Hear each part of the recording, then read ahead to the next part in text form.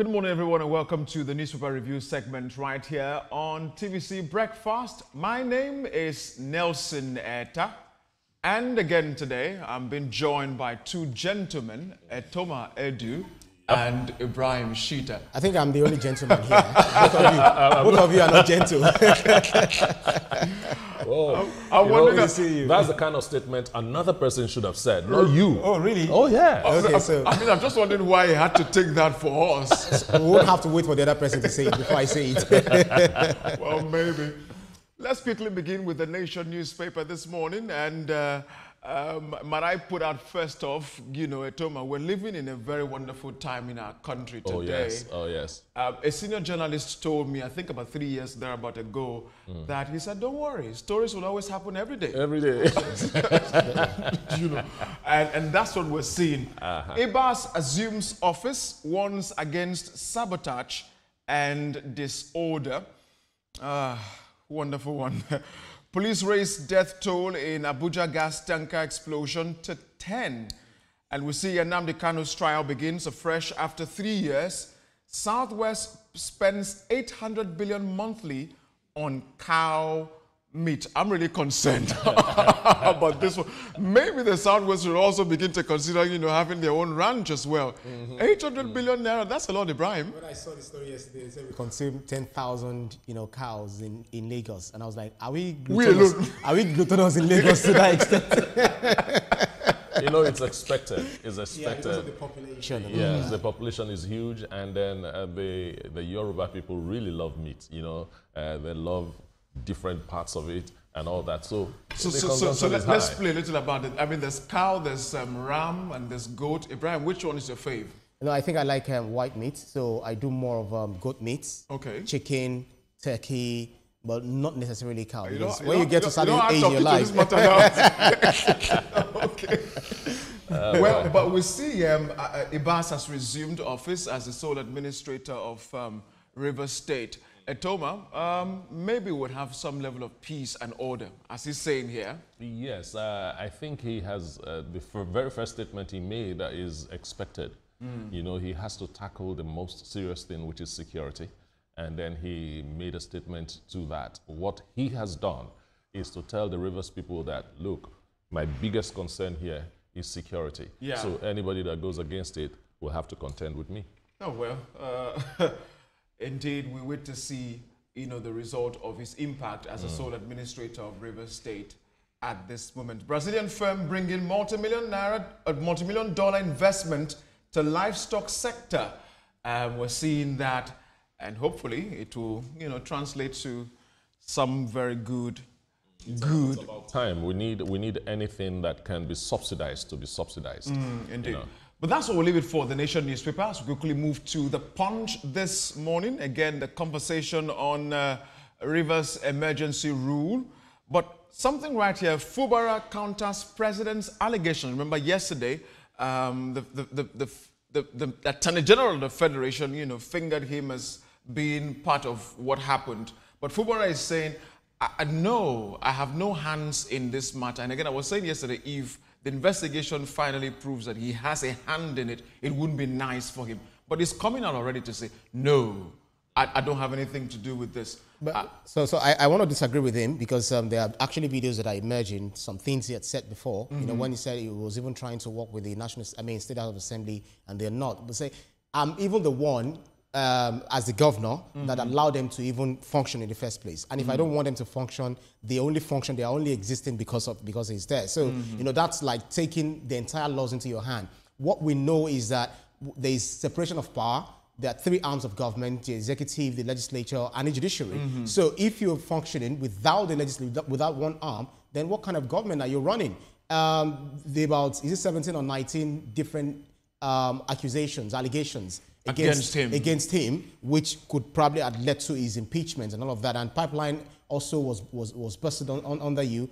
You didn't say anything. Your body language didn't even show that, yes, I am holding firm grasp of this state, especially when it comes to this political hulabaloo that we experienced in recent times. Well, we're still waiting to see the report because I'm sure investigations are still ongoing, and we'll wait to see you know, what the What we want to results would see look is, like. is peace at the end of the day, not necessarily, you know, blame games. Absolutely, Yes, yes. absolutely.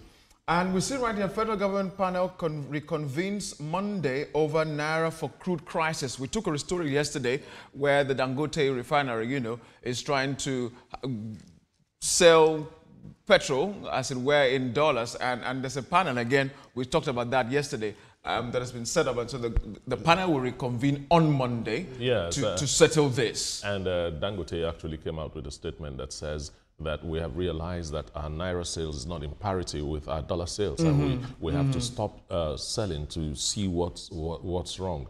So I do not think that his not selling in Naira has to do with you and I that buy from the filling station.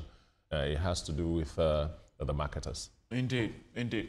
US-based Nigerian woman faces 10-year jail for $40,980 fraud. Okay. And federal government pardoned 4,000 prisoners, saved $1 billion on feeding. We'll take that story a bit later on the next paper. So, gentlemen, hold your tough. As we move quickly this morning to the Nigerian Tribune newspaper, quite a lot, and so I hope we'll be able to cover as many as we can. Again, that conversation on the emergency rule in Rivers State still ongoing, but something here, kidnapping. Police deploy intervention squad on Shagamu-Benin Expressway, Etoma and Ibrahim. I don't know, it looks as if, you know, traveling across states is becoming a little bit worrisome, because this is along Shagamu-Benin Expressway that the police had to, you know, deploy some squad to go there. Yeah. How come this is resurfaced again with consistent checkpoints on the expressways?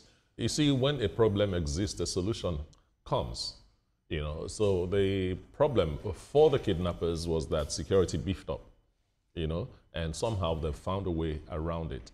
And that stretch between Shagamu and Benin is a very important stretch for people going to the eastern part of the country. Yeah. So I like the fact that the police has done something, is being proactive about this.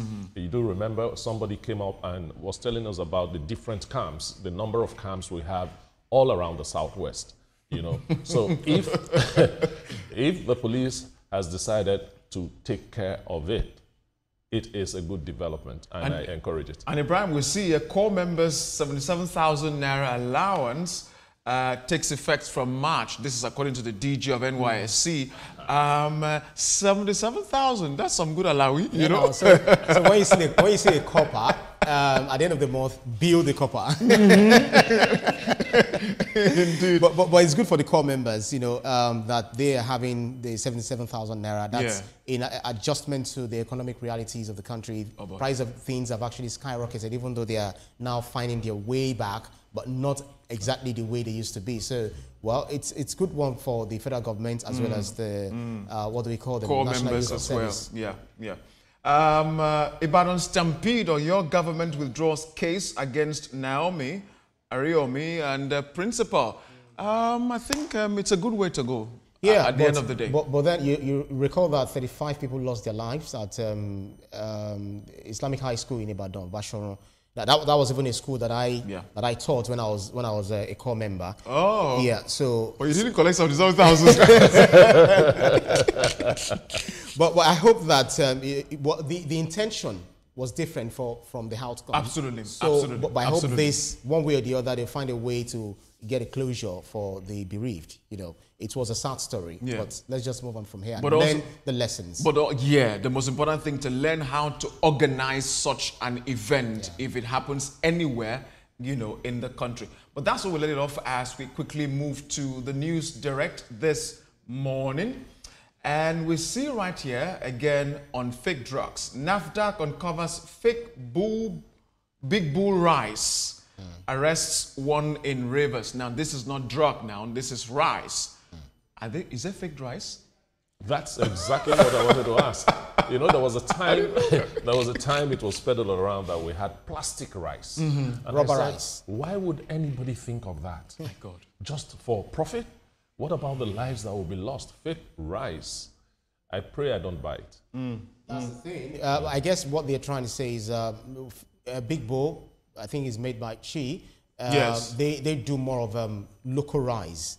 You understand? They do more of local rice, and they also have a way they brand their bags just to differentiate it from counterfeit, products and all of that. So why would people even go the whole hog in rebagging? Some people will buy the original, they'll get it sacked, and then use, they bring imported rice and put it inside the bag. So it's a whole lot of nonsense.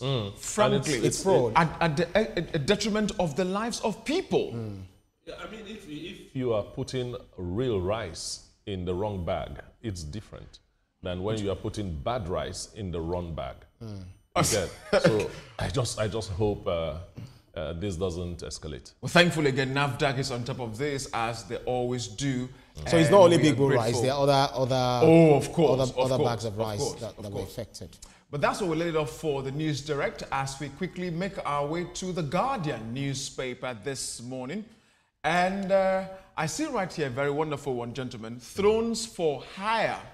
How politics corrupt process taints traditional institution royal stools. It looks as though politics has somehow found its way to the decisions of who becomes our royal fathers. My brother, politics has done that to almost all the facets of our lives. Well, young men do not go to farms anymore. Want to go to the National Assembly. Yes, they want to be PA to somebody and all that. Everybody wants to wear a kaftan, and say, politics has done that. Back in the day, it used to be the oracle that would choose the next king. But now the oracle, the oracle will ask you, how much do you got? But the kingmakers, traditional institutions are supposed to be revered. They're supposed to be protected because they are custodians of our cultural heritage. Yeah. But if you're now making all of this for sale, then where lies our culture? Indeed. And speaking about culture, experts lament rising use of synthetic drugs among young persons. The use of drugs is not part of our culture. Too many science students in that field. Exactly. Exactly. But then there's this very wonderful caricature picture story right there, like Ibrahim, you were trying to say a bit earlier. That's the royal father stretching his hands to get some Naira notes. Boy. No, this is not Naira. This is, okay, there is a Naira sign and a dollar sign. So whichever one comes heavier. The more the merrier. Too bad. But that's what we're living for the Guardian newspaper as we make our way quickly to the Blueprint newspaper, or the Platform Times, I beg your pardon, this morning. And we see right here some other stories as well. And this time around is about the prisons. Federal government pardoned over 4,000 prisoners in one day, saved 1 billion naira feeding cost. I never knew it takes that much to feed prisoners. Well, how much does it take to feed your family? And then think of people, full adults, in such numbers. It's a very good move. It's a move for prison decongestion. That's number one. Number two, most of those prisoners are awaiting trial. They have not had their day in court, and they've been there for years.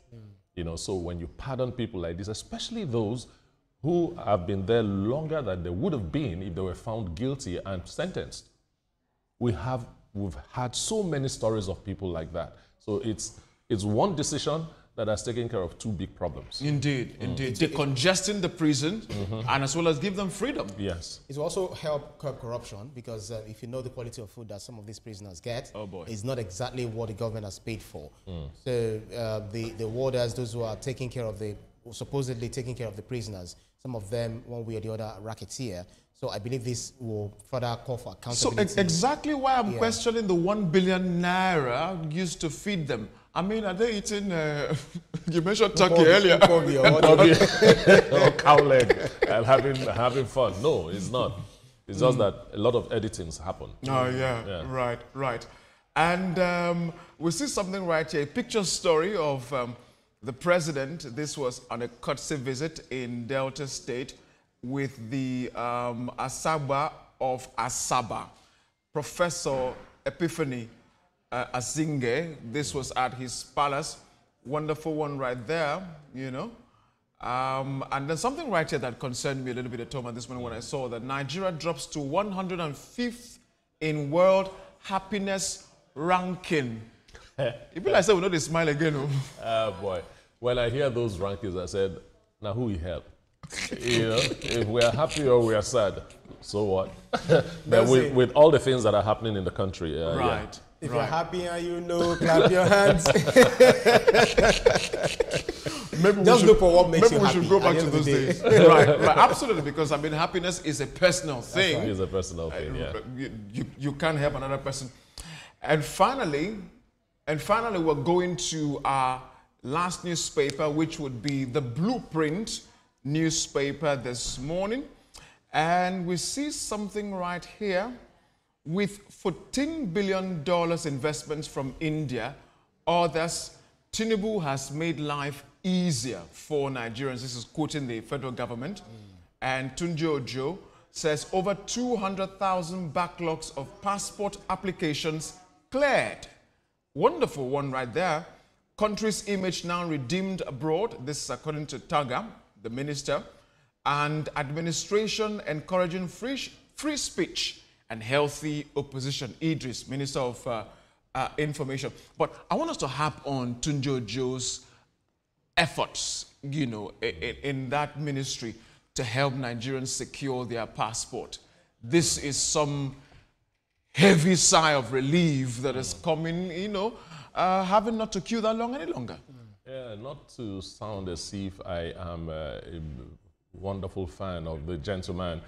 If you put a round peg in a round hole, things just lap, you know, things just function. You know, the man seems to know. I think he did his research before he even got the appointment. And then he went in, he landed running. And he's taking the right decisions. We're having results from him. And I pray that we have this kind of story coming out from several other MDAs. Indeed. Ibrahim, go on. Yeah, I say kudos to the minister. Tunji Ojo is doing so well, fantastically well. Amen. I just got my passport renewed, you know, right here at... Oh, yes, he's a beneficiary, yeah. I paid. No, you have to. I mean, it's not free. No, when you say beneficiary, you know, when you use the word beneficiary... It's not free, right? No, you didn't break a sweat and you got it. Absolutely. So, you know, well received, and then it didn't even take long for me to get it. And I think just two of us, myself and the producer, the lead producer of this program, The Breakfast Show. So, you know, we got it not on the platter, but it was, you know, smooth. All the capturing was fine. And not just, you know, obtaining passports. If you get to the airports, you see the ease of access. You see all of the innovations, technological innovations that have been brought to the fore. Yeah. And all of the things that we're doing. Also go abroad. I think I've been to the embassy in the UK, right there in London. I also checked. I saw how things are actually changing, you know, under this ministry. So it's a whole lot. It's a whole lot that we're experiencing under this ministry. So we just want it to be sustained beyond this administration. Absolutely. And can we see this kind of innovations and reinventiveness across different ministries? That would be fantastic. Yeah. In fact, that should be the prayer of every Nigerian. Right. Because if we are getting things right, the country will move faster. Indeed. But something right here, you know, the Abuja tanker explosion issue that happened a few days ago, really sad one. The police is confirming that 6 have been killed and 14 cars burned in Abuja. The minister himself has been, you know, picked to pay the bills, the medical bills of these persons who were victims, and the president has issued a marching order to investigate what really happened. I don't know, the conversation again still around tankers. You know, last night as we were going back home, going down Echo Bridge, a tanker was right beside me. Boy, all that came to my mind, God forbid, was this incident. I said, I need to do everything to get out of this man's sight. Because it's really frightening sometimes when you get to see. And what they carry behind them is wobbling. It's not even, you know, pinned so strong on the tanker or whatever it's called, the shaft. I'm wondering how they get away with safety precautions to get on the road. Now, the men who stand on the road to, should I use the word, arrest private vehicles for, you know, flouting one or two orders, and they're very stern on that. Don't extend that kind to these ones whose incident or impact can cause fatal, you know, actions on other lives. Why? If we go into details, we're going to open a can of worms. We are really going to take open a can of worms. What we should be advocating is that regulation should be tougher on articulated vehicles plying our roads in Nigeria. The state of mind of the drivers also should be taken care of. These people, as I said some days back, they have an association, you know, conduct trainings through that association for these guys, because it is needed. It's not everything that you see that has a mechanical implication to it. There's a human angle to it. Indeed. So let's take care of the human angle and take care of the mechanic. We just need to regulate these articulated vehicles and their business a little bit more. Absolutely, well said, Toma. And we missed a paper earlier. I'd like to get back to it. This Nigeria newspaper. And there's something right here. NAFDAC alerts public on counterfeit chlorpheniramine dexamethasone injection. I almost chewed my teeth on this one. How did you succeed? All right. But that's another serious, you know, fake drug incident going on here. We must always... like some people are after our lives. They do not want, you know, we have a lot of things that have battered us left, right, and center. They're also contributing to the woes of people in this country. We just have to love ourselves. We have to, you know, where's our humanity? Where's our kindness? Why do we always have to look for money, you know, by all means available? Well, we're a capitalist state. Well, Rivers emergency rule, I like this particular one right here. The eyes have it. This is ratifying what the Senate and you know, the House of Reps did in giving a nod to President Tinubu's declaration of a state of emergency in Rivers State. And we see a picture story right there of the Senate President and the Speaker of the House, you know, with the gavel.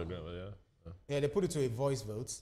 Both chambers put it to a voice vote, and it was all ayes. And then when they called for the nays, everywhere went silent. So that's to tell you that the National Assembly is in unison with the president, you know, on the matter of state of emergency, which we are beginning to see peace. I would believe, because every one of us thought there probably would be chaos. You know, looking at Port Harcourt and the kind of people that that can foment trouble there. So it shows that also the people of River State, they are tired of the bickerings, of the animosity, and the vendettas. And I'm sure you all saw it as well yesterday when the sole administrator arrived in River State.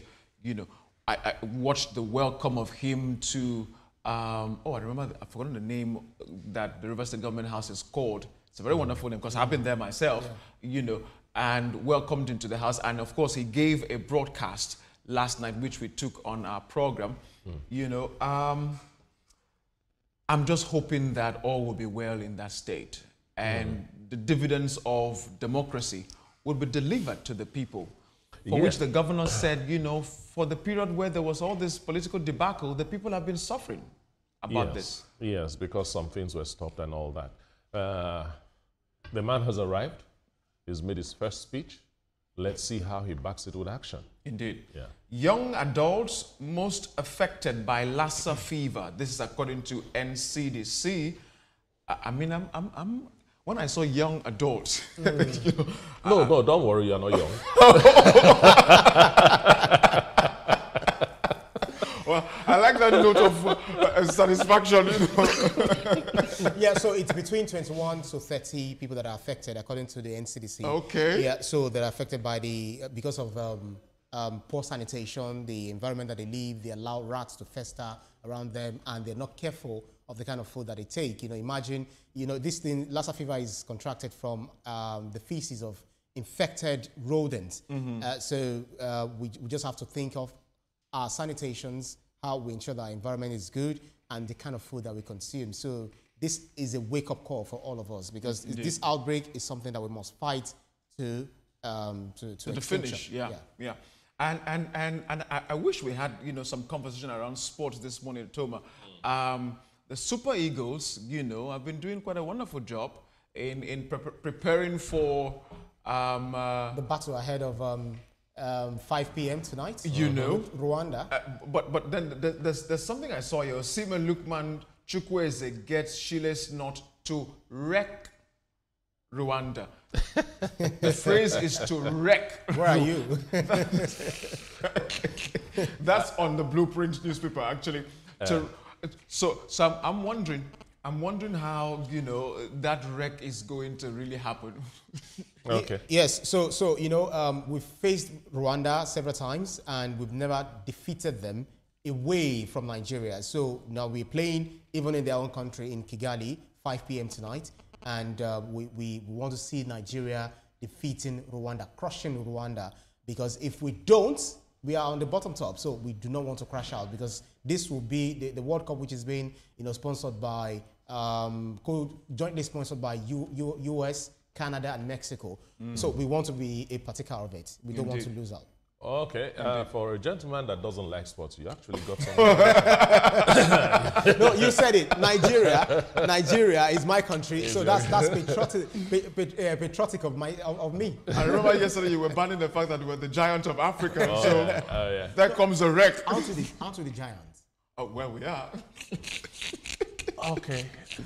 But that's how far we can go on the newspaper review segment this morning, gentlemen. I must thank you for doing this wonderful job with me today. Thank you very much.